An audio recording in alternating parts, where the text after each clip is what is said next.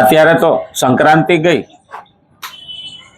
એટલે બેયનું ઠંડી ને ગરમી બેયનું મિશ્રણ થાય ને, મિલાવટ. મકર રાશિમાં સૂર્ય પ્રવેશ કરે,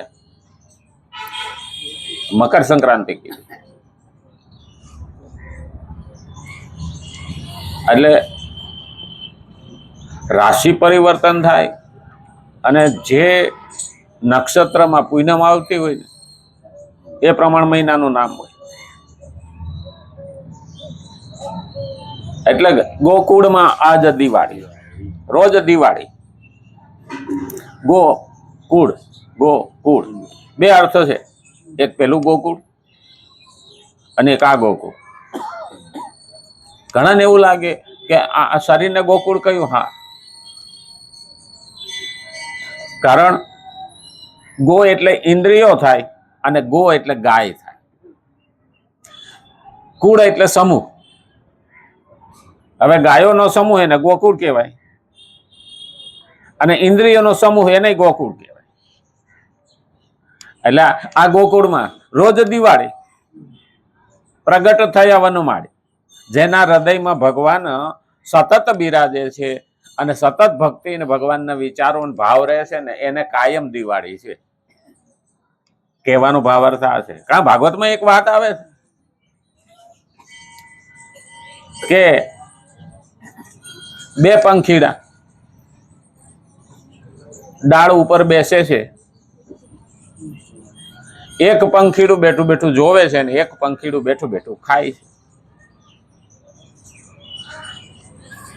એટલે ઘણાને એવું લાગે કે આવી પંખીની વાત કેમ કીધી, પણ એ આત્મા ને પરમાત્મા આ બે પંખીડા છે. આત્મા છે એ બેઠો બેઠો ખાય છે અને પેલો પરમાત્મા છે એ બેઠો બેઠો જુએ છે. ભાગવતમાં વાર્તા આવી આવે છે, પણ આપણે શું કહીએ કે પંખીડા મારા બેટા કે વાર્તામાં તો આવે છે, પણ એ આ બે પંખીડા છે. પણ આપણે એને સમજ્યા ખરા? આ બધું જ કરે છે અને ઓલો બેઠો બેઠો જોવે છે. એટલેથી સમજાઈ જવાનું કે પંખીડું બેઠું બેઠું જોવે છે ને એનાથી કઈ હસતું રહેતું નથી. ગતિર ભરતા પ્રભુ સાક્ષી, ઉપદ્રષ્ટા હનુમંતા ભરતા ભોગતા મહેશ્વર.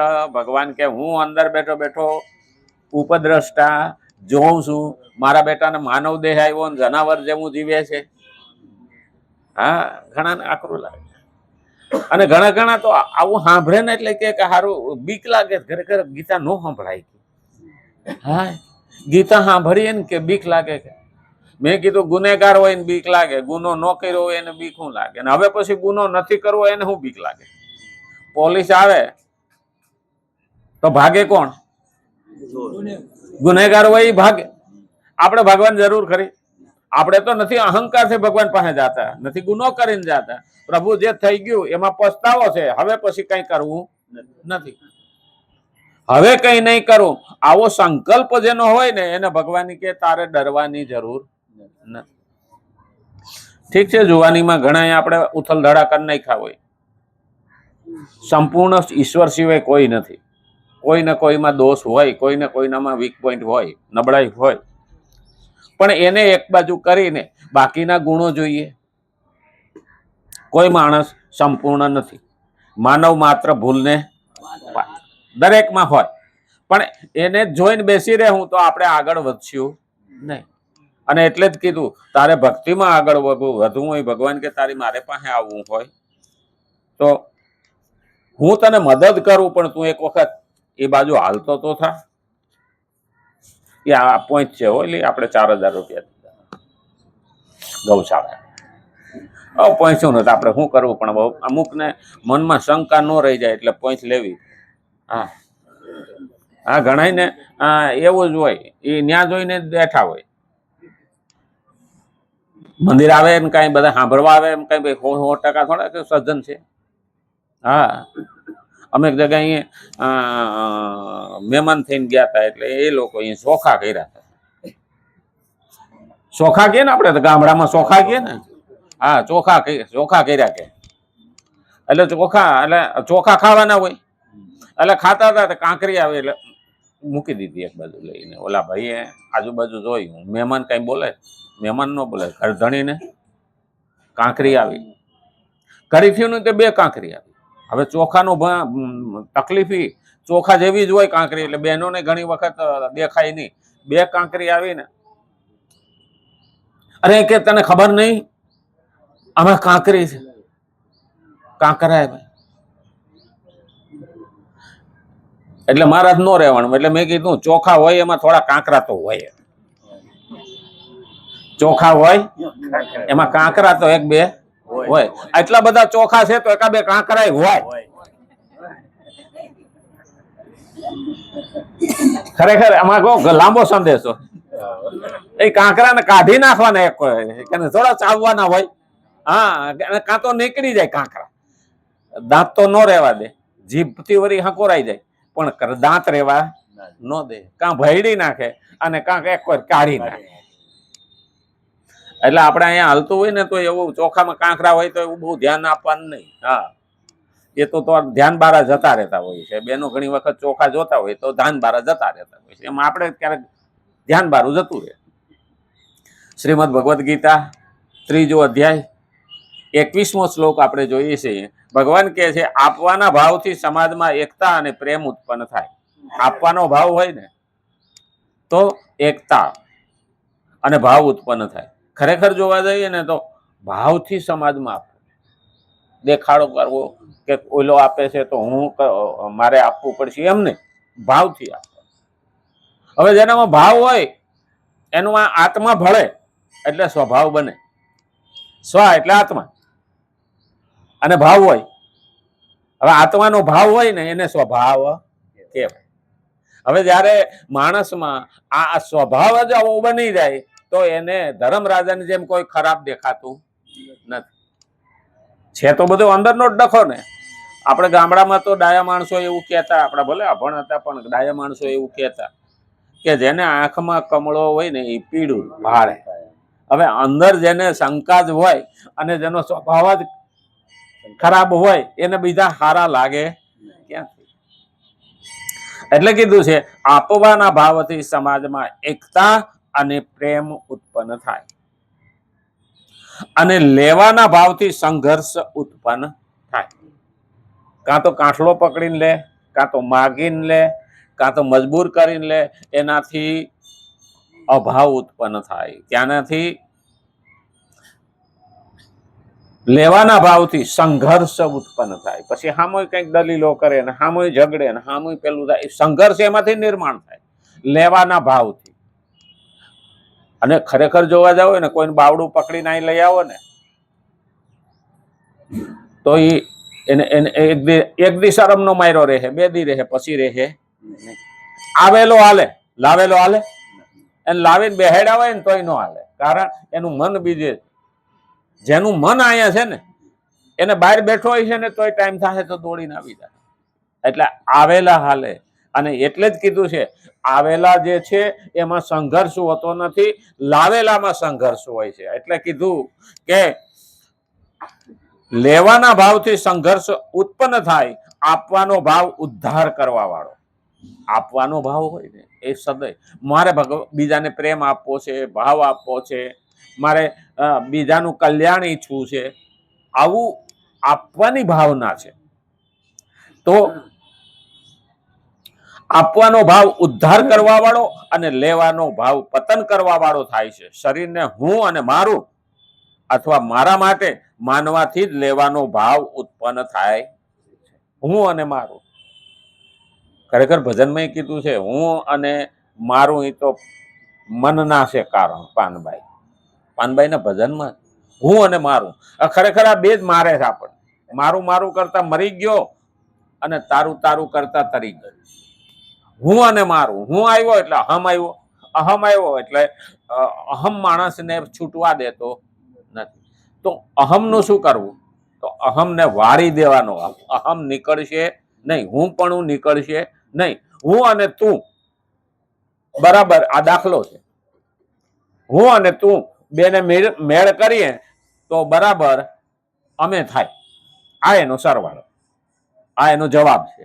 તો અમે થયા એટલે હું નીકળી ગયું. કારણ કે કોઈ એક માણસ કરે ને તો આમ થાય. હવે હું ને દીપકભાઈ રિલીફ રોડ ઉપર ગયા હતા, અટાણે તો હું ટ્રાફિક થાય છે, પણ ધીરા માણા રહ્યા એટલે વાંધો ન આવે. 3 કલાકે આવ્યા અમે. આ માઇક આપણું બગડી ગયું હતું, એને રિપેર કરાવ્યું. આ વાયર તૂટી ગયો હતો, એને એ લઈને ગયા ને લઈને મને આવ્યા. હવે હું અને એ ગયા એટલે અમે ગયા, એમાં હું તો ગયો નથી. એ ન કહીએ હું ગયો તો શું થયું, અમે ગયા હતા એટલે હું નીકળી ગયો. એટલે અહમ આવે નહીં, આ મહત્વનું છે. અને એટલે કીધું હું અને મારું અથવા મારા માટે, આ તો બધું મારા માટે જ છે. એ રાવણ થાય અથવા દુર્યોધન, આ બધું મારા માટે છે. નહીં, મારા માટે નહીં, બીજા માટે વપરાય છે. એમાં હું ભાગીદાર, એમાં મારો પણ આવી જાય છે. એક ઘરમાં 5 દીકરા હોય કે 5 બાળકો હોય તો ઘરમાં બધાનો અધિકાર છે. પેલું 6 મહિનાનું છે એનો અધિકાર છે, અને પેલું 6 વર્ષનું છે એનો અધિકાર. હક તો બધાનો હરખો છે. અને એટલે કીધું શરીરનું હું અને મારું અથવા મારા માટે માનવાથી જ લેવાનો ભાવ ઉત્પન્ન થાય છે. શરીર સાથે પોતાનો કોઈ સંબંધ ન માનવાને કારણે શ્રેષ્ઠ આત્મામાં, પુરુષમાં લેવાનો ભાવ કિંચિત માત્ર પણ નથી હોતો. શ્રેષ્ઠ જે છે મનુષ્ય, શ્રેષ્ઠ આત્માઓ જે છે એનામાં એ ભાવ હોતો નથી. ઘણી વખત આપણને એવું લાગે, સંતો આપણી પાસે, સંતોના શબ્દોમાં મીઠાશ બહુ હોય. સંતો પાસે જઈએ ને તો એને સ્વભાવથી જ પ્રેમ કરવાનો અને અંદરથી ઉત્પન્ન થાય છે. એટલે આપણને શબ્દો એવા મીઠા લાગે ઉત્પન્ન, અને પછી એ શબ્દો એના તપમાંથી નીકળે. એટલે તો કીધું સાધુ ન પૂછો કુળ, અને નદીનું ન જુઓ મૂળ. કયા કુળમાંથી આવે છે ને એ જોવાનું હોતું નથી. એની બીજાના હિતમાં જીવન આપી દીધું, બીજાના ભલા માટે જીવન આપી દીધું. અને ભૂતકાળ ગમે તે હોય પણ અત્યારે એના બીજાના માટે જીવન અર્પણ કરી દીધું. અને એટલે જ કીધું છે કે શરીર સાથે પોતાનો કોઈ સંબંધ ન માનવાને કારણે શ્રેષ્ઠ પુરુષમાં લેવાનો ભાવ કિંચિત માત્ર પણ નથી હોતો. આથી તેની પ્રત્યેક ક્રિયા બીજાઓનું હિત કરવા વાળી હોય છે. બીજાનું હિત કરવા વાળી હોય. હવે બીજાનું હિત કરે એટલે પોતાનું હિત થવાનું છે. આપણે ત્યાં કહેવત છે ને, ખાડો ખોદે એ પડે. હવે બીજા માટે ખાડો ખોદ્યો હોય ને તો એક આપણા માટે તૈયાર રાખવો જોઈએ. કારણ કે એ પડે એવી આપણે બીજાને ખાડામાં નાખવા એવું કરીએ તો આપણી પણ તૈયારી રાખવી જોઈએ. હા, ઘણાને એવું લાગે કે મારે ખાડો ખોદીને આવતું રહેવાનું, હું શેનો પડું? ભાઈ આજના આજ નહીં પડ, પછી એવું જે કર્યું છે ને એવું તારા માટે આવશે. થોડી વાર લાગે પણ આવ્યા વિના રહેતું નથી, કોઈને છોડતું નથી. પેલો વાણિયાનો છોકરો લગ્ન પછી બૈરીએ કીધું કે હવે તારા બાપાને અહીંયા કઈ રાખવાની જરૂર નથી, તારો બાપો અને મારે રોટલો ઘડીને થોડો તને દેવાનો છે. એટલે હું તને પૈણીને આવીશ, હું તારા બાપાને હું કામ રોટલો દઉં? એટલે ઝઘડો થતો હતો. એટલે પેલા વાણિયાના છોકરા એના બાપાને કાપડ આપ્યું, 5 મીટર કાપડ દીધું. લો બાપા કે આ તમને ખાપણ આપું છું, ઘર મૂકીને વયા હતા. હવે ઘરમાં તમે રહેશો નહીં. વાણીઓ ડાયો માણા, કઈ જીદ કરી નહીં, કઈ ઝઘડો કર્યો નહીં. એટલે પોતે બગલમાં કાપડ નાખી અને ફળિયામાંથી ધીરે ધીરે ડેલી ખોલી અને બારો નીકળ્યો. ફરી પાછો ડેલી નો દરવાજો ખોલ્યો અને છોકરાને બોલાવ્યો. અહીંયા તો આખે 5 મીટર કાપડ, અડધું તું રાખ ને. મારે તો 2.5 મીટર કાપડ થઈ રહે ખાપણમાં. અડધું તું રાખ, તારો છોકરો તને ખાપણ નહીં દે, એટલે તેદી કાયમ આવશે. કારણ આજે તું મને ખાપણ તો દેશો, પણ તારી પ્રજા એવી પાકશે ને કે તને ખાપણ પણ દેહે નહીં. બોલો વાણિયાના છોકરા